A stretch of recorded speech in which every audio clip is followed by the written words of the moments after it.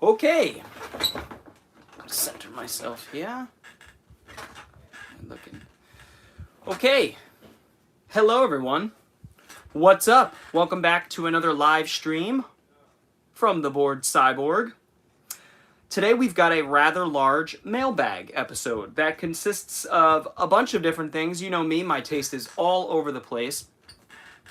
And I've got a lot of packages here. 1, 2, 3, 4, 5, 6, 7, 8, 9, 10, 11 packages. And most of these are the product of me selling off chunks of my DVD and movie collection and video game collection, as well as selling off the DVDs of films that I already had to upgrade to the Blu-ray. So that's what this mailbag is going to be. Some new stuff that I never owned, but mostly stuff that I owned on DVD that I'm upgrading to. So I just want to say hello to anybody that's in the chat right now. Feel free to leave a comment below, letting me know what you guys have picked up recently. I'm going to try to get in that flow that I was in last time with reading the comments, kind of bouncing back and forth, talking to everybody, and unboxing things as we go. So we're just going to start it up and see where it takes us. So I need to be careful to not show any... Hey, Guangxi, what's going on? Thank you for stopping in. I appreciate it. So, yeah, we're gonna dig right into the first package here, and I'm gonna, like I said, try not to show the addresses here. First up, let's dig right in, and you can tell where I bought these. eBay. I love eBay. I still think eBay is one of the best places to get decent deals on things. Selling, it's a bit of a pain in the ass because of all the fees and everything that are ganked from you. All right, so first up. This is a film, you know me, I'm going to tease it a little bit. This is a film from 1979, produced by Dick Clark. There you go. I wonder if it's the same Dick Clark that did, like, the, you know, the New Year's Eve stuff. Directed by John Budd, also known as Bud Cardos, who did the great 70s film Kingdom of the Spiders. He also did Mutant, which is not so great a film, but a film nonetheless. The Dark. Gotta love that cover. And this is one of those covers that's made to look like it was a former rental, you know, so it has staff pick, please rewind me, that kind of stuff. It's kind of cool. Would I have preferred just the original poster? I think I may have preferred that, yes. But that's all right. A Chilling Tale of Alien Terror. I gotta be honest with you, I don't know much about this film. Looks like it's in perfect condition. It does have some reversible artwork there. I tried to watch this film years back on my DVD, and my DVD was from a company called Cheesy Flicks. And that would be one thing if all they did was release cheesy flicks. But this particular copy of the film, I actually own two of them. I own a Cheesy Films and a Shriek Show version. And the Cheesy Films, in my opinion, was unwatchable. It had this frame rate issue. I don't know what the hell was going on, but it was making me feel like I was going crazy and getting a little sick watching it. So I ended up getting rid of that, selling that off, and selling the Shriek Show release off to fund this MVD Blu-ray. So I'm very excited to have this. I think this is going to be one that's so bad it's good, so I'm looking forward to checking that out. All right. Got a few people rolling in here. I have begun the mailbag. I'm only one deep. I've got about 12 packages total. So let's take our time with this. I'm going to put out little clues to see if you guys could guess any of the movies that I'm talking about here. Like last time, that was kind of fun. My hair is driving me nuts. It's one of those days, you know, curl problems. All right. So, next up, we've got... Oh, hell yeah. Oh, I didn't play the game. Oh, well, I'll play it next time. Contamination. Those of you who have seen this movie, please chime in. I would love to know what your thoughts on this are, because this, in my opinion, is one of the most fun 80s horror films, especially one of the best Alien ripoffs. This film is ridiculous. It even says on the back, Contamination takes the premise of Ridley Scott's classic Alien, kinda, I guess, and peppers it with exploding guts galore and dangerously infectious soundtrack from celebrated Italian prog rockers Goblin. All of that is true. The first sentence, not so much true. but there are exploding guts galore. There's scenes in this film where just wads of shit, stuff, goo, explode. No one knows why. I'm sure it's explained in some stupid exposition scene in the film. But the gore is amazing. But what really sticks with me, I saw this film when I was a teenager, and what really stuck with me, an image that I really... What's going on? How's it going? Thank you for tuning in. One thing that really freaked me out about this movie was the giant monster at the end. All practical effects, obviously. This is a film from the 80s. This is, let's see. I want to say... I love when it doesn't tell me when the movie was made. 2017, it says on the back here. Well, I want to say mid-80s. Either way, the giant creature at the end, the giant practical effect, it's just like this blob alien thing moving down a hallway and just kind of making really bizarre, you know, water and like glass breaking noise. It's wild. It's a wild ending. Blastone, Mike's Incredible Show. I love you. Thank you so much. I appreciate that. Thank you. I hope you're enjoying this one. Remember Contamination having a lot of flesh-dissolving acid and goo. Yes, and also exploding goo, right? At least that first scene where they're observing something and then it starts to explode in the glass case. This is such an awesome movie with an awesome Goblin soundtrack. Again, that giant creature moving down that hallway is super eerie to me. Has always been since I saw this as a kid. So, it's one of those scenes in a horror movie that just makes you feel a little uneasy. Like it feels otherworldly, and it makes you a little uneasy. It's the best way to describe it. So, Kotze is a wild director. His cut of Godzilla is an acid trip. I did not know Luigi Kotze did a Godzilla cut. I'm going to have to check that out. That sounds insane. I know he also goes by Louis Coates. But, yeah, Kotze is a madman, just like all those Italians from the 70s and 80s. I love it. DVD Collector, thank you for welcoming me back. I appreciate that. I am back. I have been making some live streams and putting out some new thrifting videos and just trying to get back into the swing of things, and it feels really good. So thank you for all the kind words. I really appreciate that. It means a lot to me. I know everybody says that. I don't know if everybody means it. I mean it. It means a lot. So thank you, guys. Anyway, so this has a ton of special features, guys. It has documentaries on the music and everything, on the effects. So that is incredible. I have my phone flipped the other way, so now I have to look over here to look into the camera, which is weird. I'm not used to that. So anyway, Contamination. Awesome movie. All right, this one feels big. I think this might be one of the sellers I got 2 films from. And that's the thing on eBay. You could still message people and say, hey, if I buy a few, are you willing to work with me? Most people are. He remade the original Godzilla the same way Americans did with King of Monsters. He colored it. Yes, black and white movie colored and interspersed. Real. Let's see. What did you say there? And interspersed real. For some reason, I can't look at the comment. Real footage from World War II. Wow. Okay, that's crazy. I'll have to check that out. That sounds really cool. Thanks for the heads up on that.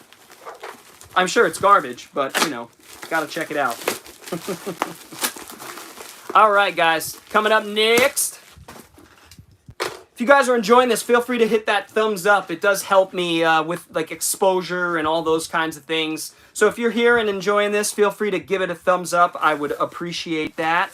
And if you're new to the channel, feel free to subscribe to the channel. I do stuff like this all the time. Alright, this one is either really one movie that's really well packaged, like incredibly well packaged, or this is 2 movies that are pretty well packaged. Let me try to do this without break. Without the break. I'm going to make a mess for now. How many movies do you have now? Your setup looks different. Yes, I am in a new home. I probably have a bit less than what I had. So I have about probably around 10,000 movies, 9 to 10,000 movies total. I've never been able to show everything at once on my channel because I've never had everything out at once, frankly. But I probably have 8, 16, 24, 3,500 Blu-rays, 3,000 to 4,000 Blu-rays, and then the rest 5,000, 6,000 DVDs, I would say, and probably a couple hundred VHS And then, obviously, all my video games behind me. I'm a madman. Far too much stuff. All right, guys. Next up is, I want to say this was an Australian horror film. You guys could correct me. Let me see if it says anything on the back. It's also known as The Evil Within. Womb rating is a term on the back. Womb rating, not tomb rating. Womb rating. Let's see. We've got directed by... yeah, is this a French film? No, this is in English. So it's either... yeah, I forget where it was made. Anyway, Kino Lorber put it out. Baby Blood. I remember loving this film, loving its practical effects. I gotta be honest, though, I don't remember too much else about it besides the incredible practical effects. Where was this movie made? Do you guys know? Any of you guys know? I want to say this was an Australian film, directed by Alan Robach. It's got a lot of French-sounding names on the back, so maybe it was Canadian or something? I'm not French-Canadian. Voluptuous French student. Yeah, it just doesn't say. All the information I want on it on the back doesn't say. The reason I started my YouTube channel, wow. Wow, that means a lot to me. I don't even know what to say to that. That's amazing. If I could inspire people to make channels talking about film, that's a big reason why I'm doing this. That's amazing. So thank you for that. I appreciate that. But yeah, Baby Blood. Awesome. Can't wait to check that one out again. And finally, from this package, we have Anthony Quinn, Oliver Reed, Rod Steiger, and John Gielgud in Lion of the Desert. I had a couple copies of this. This is a film I've been wanting to check out. I want to say, yeah, so year is 29. Director Benito Mussolini is still faced with a 20-year-long war waged by the Bedouin patriots to combat Italian colonization and the establishment of the Fourth Shore. Mussolini appoints Rodolfo Graziani as his sixth governor of Libya, confident that the eminently accredited soldier can crush the rebellion and restore dissipated glories of Imperial Rome. Yes, this is my kind of political war movie. I can't wait for this. As a student of history, stuff like this really excites me, especially when I know a bit about the actual history. Directed by Mustafa Akkad. Now, I want to say Akkad did another version of this earlier, if I'm not mistaken. I think then he remade it for Hollywood. I could be wrong about that. Again, if you guys know more about it than I do, please chime in. I'd love to do an interview with you for my show, Blastone Mike's. Okay, yeah, I will talk about that after. Just comment on one of my videos so that we can connect, or hit me up on Instagram or something like that. I'm the Bored Cyborg everywhere, B-O-R-E-D Cyborg. So yeah, check that out. Lion of the Desert. Pretty cool. I always say Lion in the Desert. It's Lion of the Desert. And I got to fix the artwork because it's poking out a little bit. All right. Next up, knife. Ah! Ah! Ah! I'm just kidding. It's a fake knife. I've used it in my videos before. Fake knife. I didn't just start stabbing my... Watch, my viewers are going to go up because people will think I'm actually stabbing myself in the leg. Sorry about that. Sorry about your ears, anybody who's... All right, next up, we've got a nice, very well packaged... I just showed mad addresses. Awesome. Gotta stop doing that. All right. Very well packaged. Very well packaged.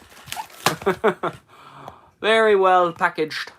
That's a nice package you've got there. You just got your stream demonetized. That's a good point. I probably should stop doing shit like that. I'm an idiot. No, it'll be fine. The algorithms are on my side. Yeah, right. This is funny. So I haven't drank alcohol in a very long time. I just don't drink anymore, frankly. It's been almost 3 years now.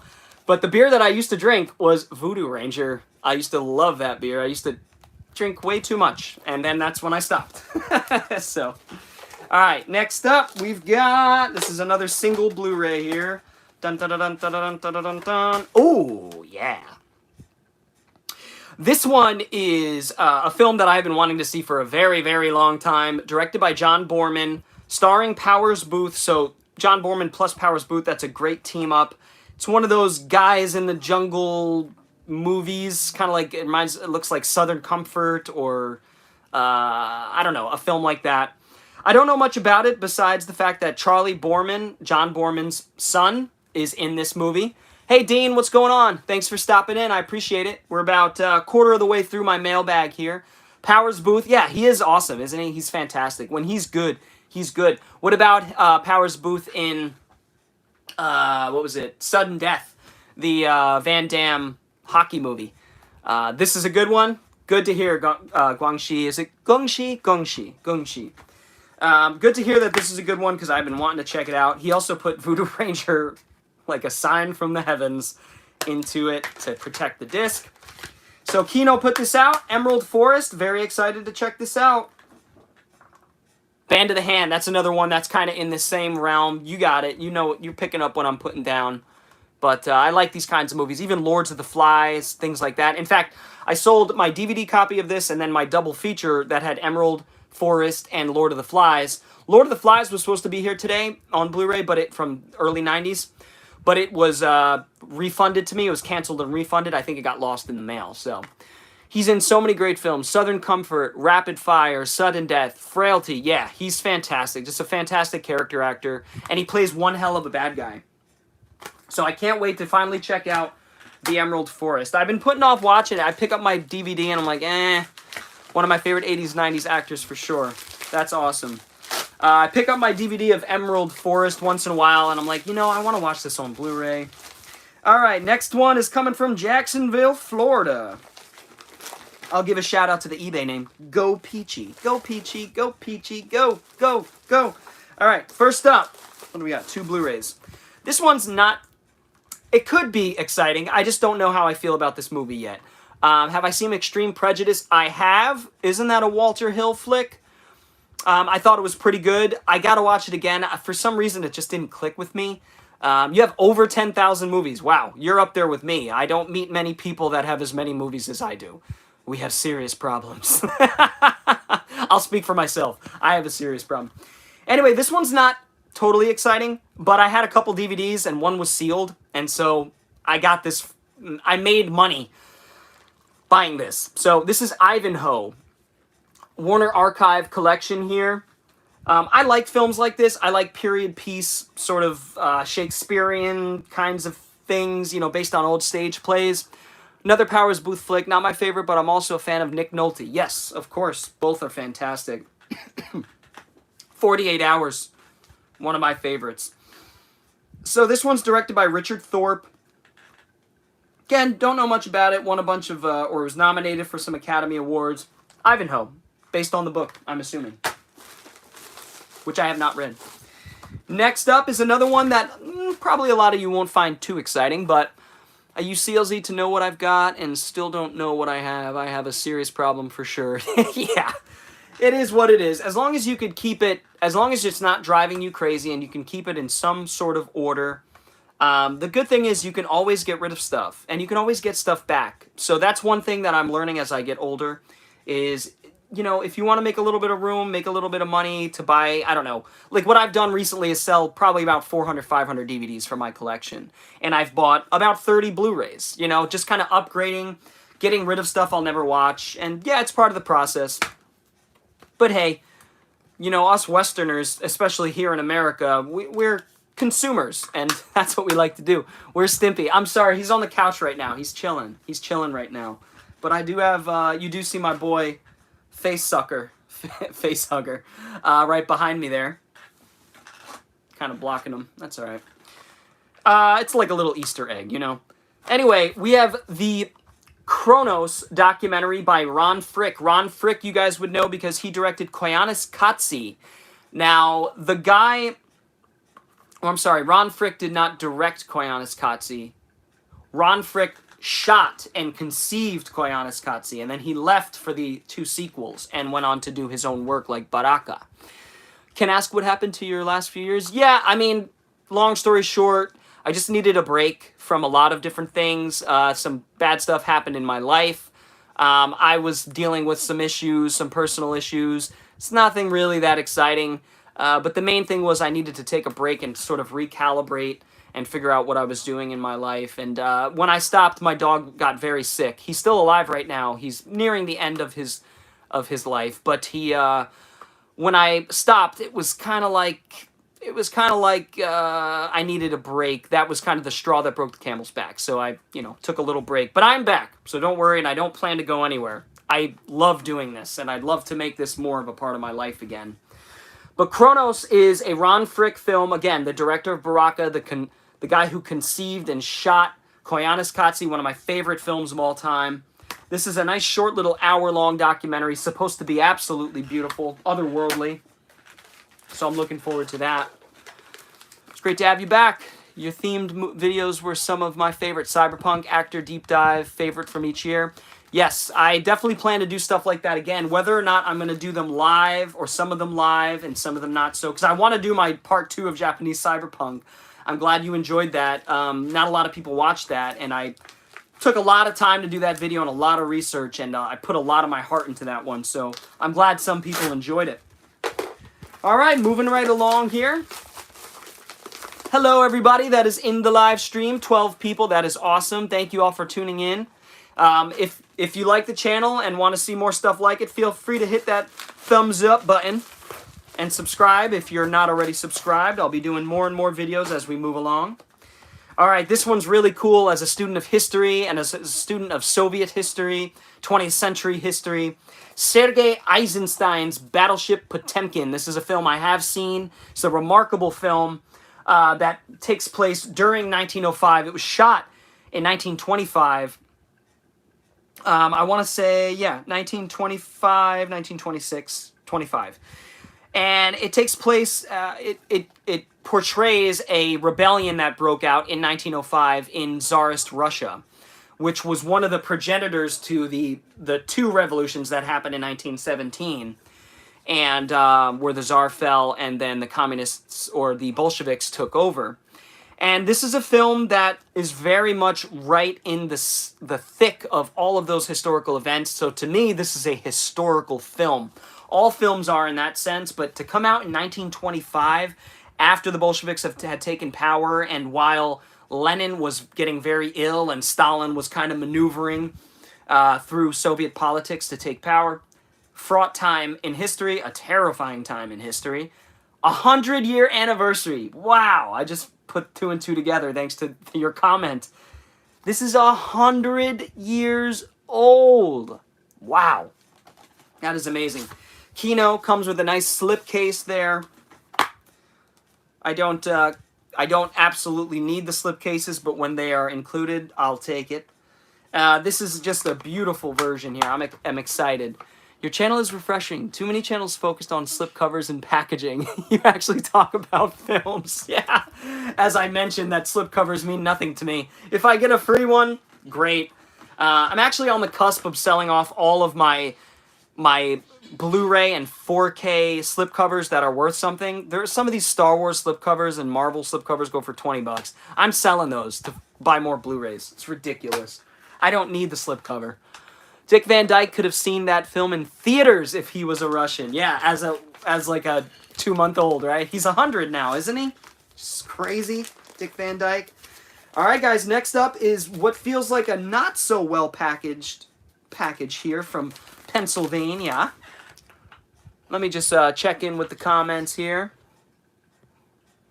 Thank you for all the nice comments. I really appreciate that. I'm an OG when you were doing the loud Goodwill videos. Yeah, that's funny. Oh, more of those to come, no doubt. All right, so next up, thank you all for the support. I really appreciate it. Go ahead and hit that thumbs up button. Sorry, I've said that 3 times now. That's annoying. It just does help me, with exposure on the... Because trust me, the algorithms are working against me. Somebody who doesn't talk about the newest, hottest films... I don't show up in many people's home pages, so, and that's okay. But I would like to have a wider outreach, that's for sure. Build a bit of a community. All right, guys. Next up is a Dario Argento film from the early '90s. Anybody want to give it a guess? We'll say an Argento film from the '90s. How many people can name an Argento film from the '90s? I guess probably not too many people. I underestimate you guys, though. You guys are good. Oh, this comes with a really nice slipcover, too. Any guesses? Dario Argento, early 90s. If you were a dancing cyborg instead of bored cyborg, the algorithm would favor you. Yeah, that's sad but true. If I had a cute kitty sitting in my lap, I have something like a cute kitty in my lap. Gizmo. Fun fact, one of my first cats growing up was named Gizmo, black cat we had in Stamford, where I grew up. Anyway, we've got, I'm going to read the subtitle, In Italiano. Stendhal Syndrome, good guess, I already have that on Blu-ray. I like to see you do a Goodwill bins video. Yes, I plan to do that. I even plan to experiment with a live Goodwill video, like a live stream of a thrift. That might be fun. Un oscuro segreto, una mente contorta, una vendetta sadica. I've been studying Spanish too much. I was breaking into Spanish there. Trauma. You got it, Gongshi. Trauma. This is a film I've yet to see, but I'm very excited to do so. I know it has a great cast, or a very good cast. Brad Dourif is in this. James Ruffo, Dario Argento, Piper Laurie. Yeah, this is definitely a giallo I want to check out. Nice slipcover here. I will take it. Let's see, but heard his 90s era is fine. I haven't dared to watch any post-80s Argento. Fair enough. His 90s stuff is fine. That's a good way to put it, because nothing is going to match his 70s and 80s stuff. I mean, it just isn't. But I think Stendhal Syndrome is fantastic. Very traditional, classic Argento. I feel like this is going to be classic Argento. He did a film, I think, called Phantom of the Opera. Not Opera, but Phantom of the Opera in the 90s, which isn't bad. A couple others, you know, not as good as his 70s and 80s. I would argue his 70s work is his best. But that's just me. His Three Animals trilogy, The Four Flies on Grey Velvet, Bird with the Crystal Plumage, Cat of Nine Tails, which I haven't seen, and then Suspiria, of course. Those films just blow me away. Blow me away. Next up. Okay, so I had two DVDs of this and one VHS. And I sold all of them off and got this for cheap. In fact, I believe I made a few bucks. So, that is Audrey Hepburn, an actress I really love. Suspirian Phenomena are my faves, with Tenebrae, Deep Red close behind. Yeah, I mean, that's the thing. His 70s and 80s output is just incredible. All of those films you just named, to me, are 4.5s and 5s. Like, near masterpieces or masterpieces. But Wait Until Dark is a really cool kind of early, how do you say, I don't want to say it's a horror film in some aspects. Films like Don't Breathe and films like that definitely borrowed a lot from Wait Until Dark. This is a woman, or Mute Witness, a lot was borrowed from this. This is a woman who, if I remember correctly, was recently blinded. And she's got these guys in her house, these people around her that are trying to take advantage of her and lead her astray and trick her and steal from her. And it's a really good horror thriller, or thriller horror, I would say, that uses the main character's disability as a plot device, which I think a lot of people these days don't like, but I think when it's done right, it could be really cool. So, and I don't care what people think these days. So, 80s was generally very good too. I'm a sucker for movies like that. We'll search for it. Yes, this is a progenitor of those types of films, because this came out in 1967. This is an old film. Terrence Young directed. Terrence Young, didn't he do some, Terrence Young, did he do some Bond movies? I forget. But Audrey Hepburn's great in this, but it also has an incredible performance by Alan Arkin. Incredible performance, and a really good Richard Crenna performance. Richard Crenna you'd know from Rambo, of course. But yeah, Archive Collection, Wait Until Dark, really thrilled to have that.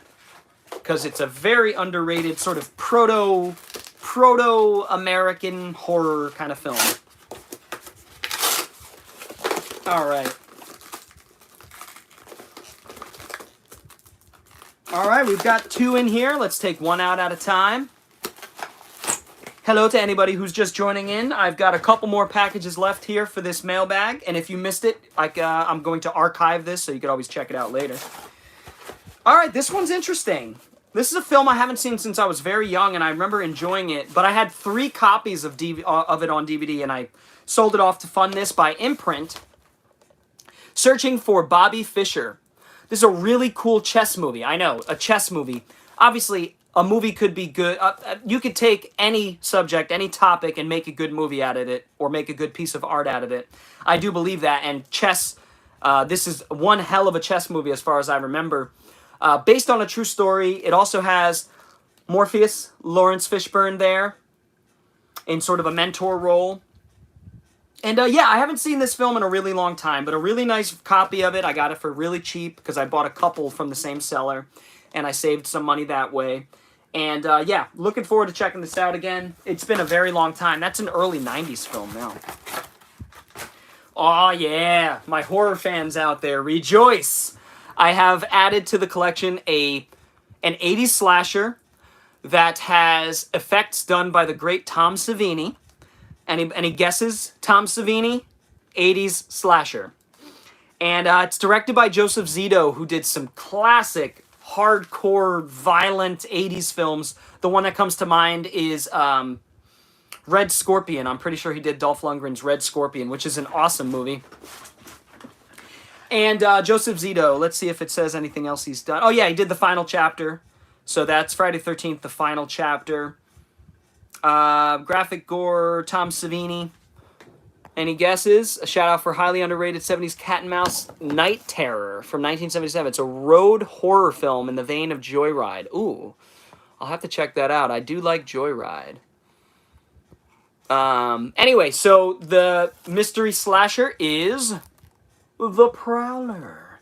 God, I love The Prowler. Crunchy, disgusting, gross practical effects. An awesome killer. I just love the look of the Prowler. I want to say it was like a World War II. Let me see it. Oh, okay. Avalon Bay, 1945. On the night of her graduation dance, young Rosemary and her date are brutally murdered by a prowler thought to be a jilted soldier home from the war. That's right. The killer was never found. And that's why he has that awesome oil-slicked, you know, soldier look to him. All black. It's very effective. Very cool on screen. Love this film. Need to rewatch. It was a little slow-moving for me. Fair enough. It is slow-moving. I can agree with you on that. It is a slower slasher, but Savini's makeup work really, those beats really make up for the lack of momentum in the film. I agree with you. It's a little slower. Probably could have been trimmed down a little bit, a few minutes here and there, but yes, a classic 80s slasher with great effects work. All right, we've got a box here. Let's go with this box. Let's see what's in here. Oh, hell yeah. Hell yeah, you guys will like this one. So, okay, so I had DVD copies. I had a shitty Blu-ray collection of these films. Really shitty. Like one of the shittiest Blu-ray collections of a horror film franchise that you could ever imagine. And that is The Omen. So in the original Blu-ray box set, it gave you The Omen, The Omen 2, The Omen 3, skipped 4, and gave you the remake. And it was in the worst packaging imaginable. I sold that frickin' thing off. I think it's actually still up on eBay right now for like 15 or 16 bucks. Nobody wants it. My box is all crushed. I'll probably end up getting like 10 bucks for it, but get this sticker off there. But yeah, The Omen, I recently picked up the Record collection, by selling off my Blu-rays, which was wonderful. And I know Scream Factory also put that one out. I'm pretty sure they did. And I was very thrilled to get this Omen collection because I haven't watched any of the Omen films except for the first one. And a little bit of the remake. I want to say I probably did check the remake at some point. But yes, Omen 1. And I do want to see the first Omen. Unfortunately, this set doesn't have the first Omen. That would have been nice, but it came out before that film came out. We have... Oh, no, I'm sorry. That's the remake. Okay. Good cover. That's the original. Which I do like, but I do want to rewatch. There's some incredibly memorable slow-motion death scenes in that movie. Like the one in the cemetery. David Warner. Damien 2. Love The Omen. Also big fan of the first Omen from last year. Felt like a European horror film in the best ways. That's good. That's all I've heard is good things about that film. You know, I'm reluctant to watch any sequels to old movies like The Exorcist Believer. I couldn't even get through that. I watched it twice. I could not even finish that movie. It was so bad. So to hear that one of these is finally decent, like the first Omen, I think it has some nods to Italian horror. First Omen, excellent. That's good to hear. So I'll tell you what, I'm going to go through this whole set, and then I'm going to watch that one. Sam Neill is in Omen 3, and that is one of the main reasons why I want it, because I love Sam Neill. I love Sam Neill's work. And this is one of the genre flicks that he was in that I have never seen. And he's super young in this, and I believe he's the lead role. So he's the kid from the first film grown up. I'm assuming like a businessman, you know, where the devil really rests in corporations. And the final conflict, that's awesome. And then we've got the Omen 4, The Awakening, with a little girl, I guess, is Satan now. Michael Lerner on the back.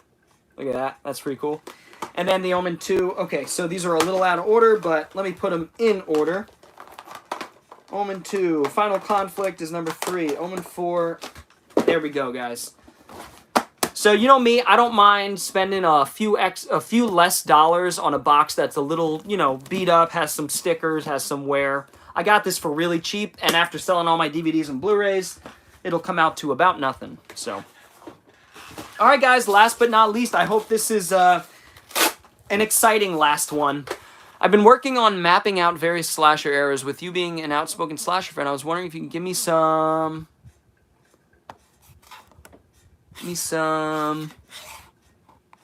Why do the comments, why do they like this?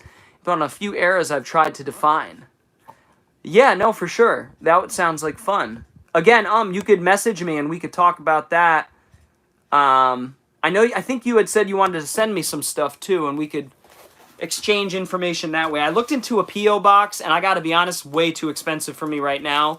Maybe when I hit 5,000 or 10,000 subs, I'll get a P.O. box, but I don't think it's worth it right now. I have to spend a decent amount of money, and I'm not sure how many people would be sending me stuff.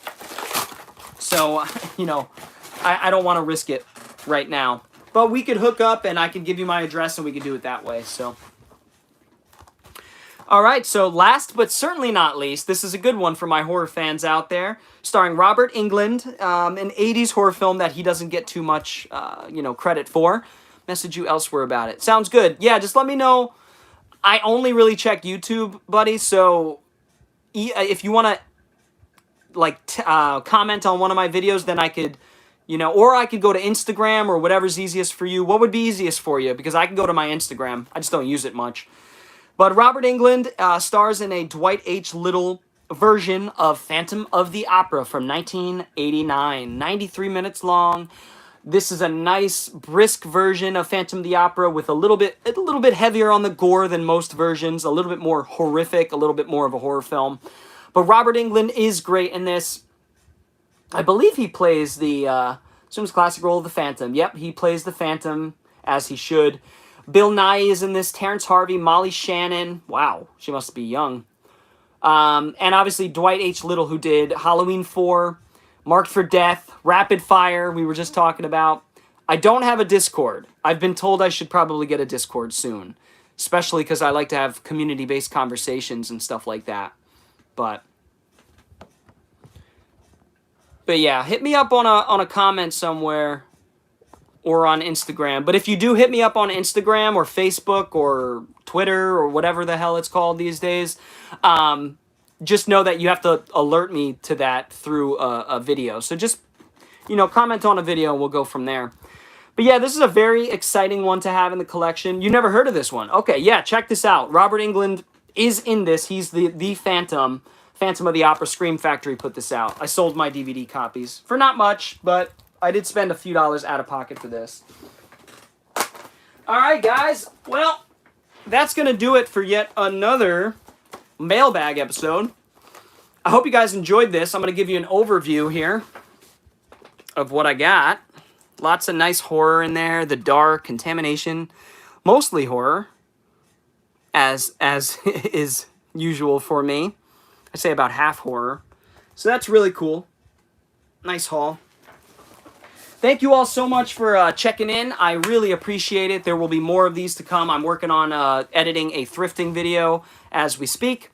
I've not heard of this Phantom version either. Great. I'm glad I could put you guys on to something that you haven't heard of. Check it out. It's actually not bad. It's very atmospheric, good gore, and Robert Englund is always fun to watch. So I just want to thank everybody that's in here right now. I'm sorry for people who tuned in late. Feel free to check the archive for the actual unboxing. But I appreciate everybody checking in.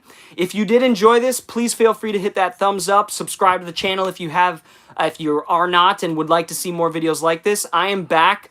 I don't plan on going anywhere. I want to have some sort of content at least once a week.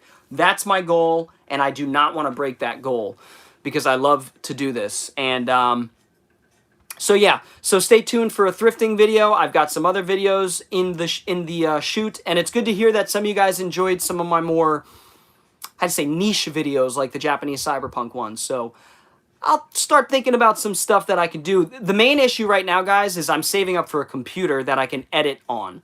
Because I tried to edit, that's why I'm doing a lot of live streams, because editing on this computer that I have right now is not fun. So, but I do want to get back to not scripted videos, but edited videos, and kind of sprinkle in live videos here and there. I might make live my main thing, and then do maybe a couple videos a month in my traditional style, which I would love to do. So any feedback, I would love to hear from you guys. Let me know what you guys like from the channel and what you don't, and what you'd like to see more of. Feel free to leave that in the comments below. Again, hit the thumbs up, all that good stuff, and all the other thumbs up, and share with your friends, all that stuff. I'm too old for this.